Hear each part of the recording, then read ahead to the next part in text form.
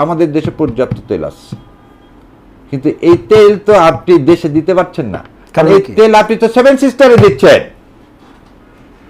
কারণ কলকাতা থেকে আপনি আজকে বাংলাদেশ দিয়ে পাইপলাইন করা আছে, আপনি পাইপলাইনে বলেন ডিজেল নেবেন, সমস্ত পোর্ট বন্ধ, আপনি এই সেভেন সিস্টারের তেল কোথায় থেকে আসতেছে?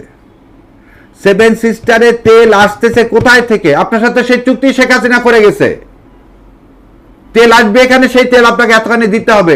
আপনি কি আজ পর্যন্ত পারছেন আদানির চুক্তি বাতিল করতে? ইন্ডিয়ার সাথে যে যে চুক্তি হয়েছে হাসিনা করে গেছে, তার মধ্যে ওয়ান অফ দ্য চুক্তি ছিল এই সেভেন সিস্টারকে আমাদের থেকে তেল দিতে হবে। এটার কি কোনো এই চুক্তি সরকার তো বললাম, চ্যালেঞ্জ দিলাম, সরকার দেখাক যে এই চুক্তি নাই। আমার যদি 10টা জাহাজ এসে মোংলা পোর্টে থাকে, তাহলে আপনি কেন বলতেছেন না এত লিটার তেল প্রতিদিন এত লিটার খালাস হচ্ছে, আমার পেট্রোল পাম্পের সামনে কেন লাইন থাকবে? আপনি আমাকে বলেন লাইনটা থাকবে কেন রে ভাই? আপনি তো বলছেন তেলের মজুদ প্রচুর। আপনাকে আরো একটা চ্যালেঞ্জ দিচ্ছি, গতকালকে যে মিথ্যাচার করলেন বিদ্যুৎ মন্ত্রী, বলেন তো আপনি যেখানে থাকেন কয়বার দিনে কারেন্ট যায়?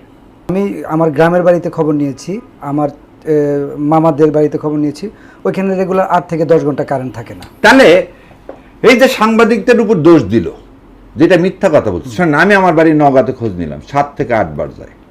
আমার অফিসের যে স্টাফরা সব থাকে এই নদীর ওপারে, আচ্ছা, এদের প্রায় 4 থেকে 5 বার করে যায়। আপনি গুলশান বনানী দিয়ে তো আমার বাসা ধানমন্ডিতে, আমার এখানে একবারও কারেন্ট যায় না। আমি বুঝি না কারেন্ট যায় কিনা, কারণ জেনারেটর অটোমেটিকলি অন হয়।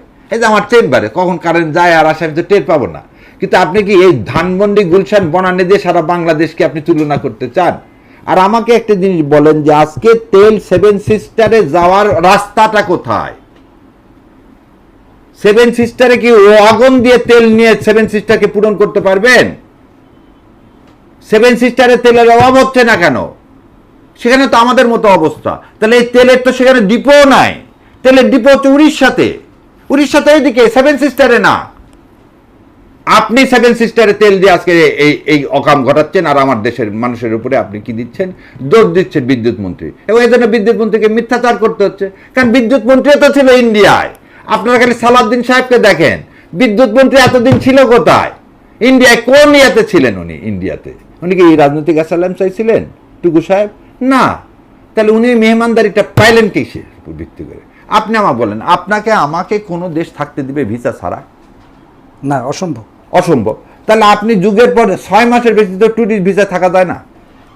6 মাসের বেশি ট্যুরিস্ট ভিসায় থাকা যায় না। আপনি যুগের পর যুগ ইন্ডিয়াতে থাকলেন কিভাবে? পলিটিক্যাল অ্যাসাইলাম ছাড়া, বিনা স্বার্থে সাউথ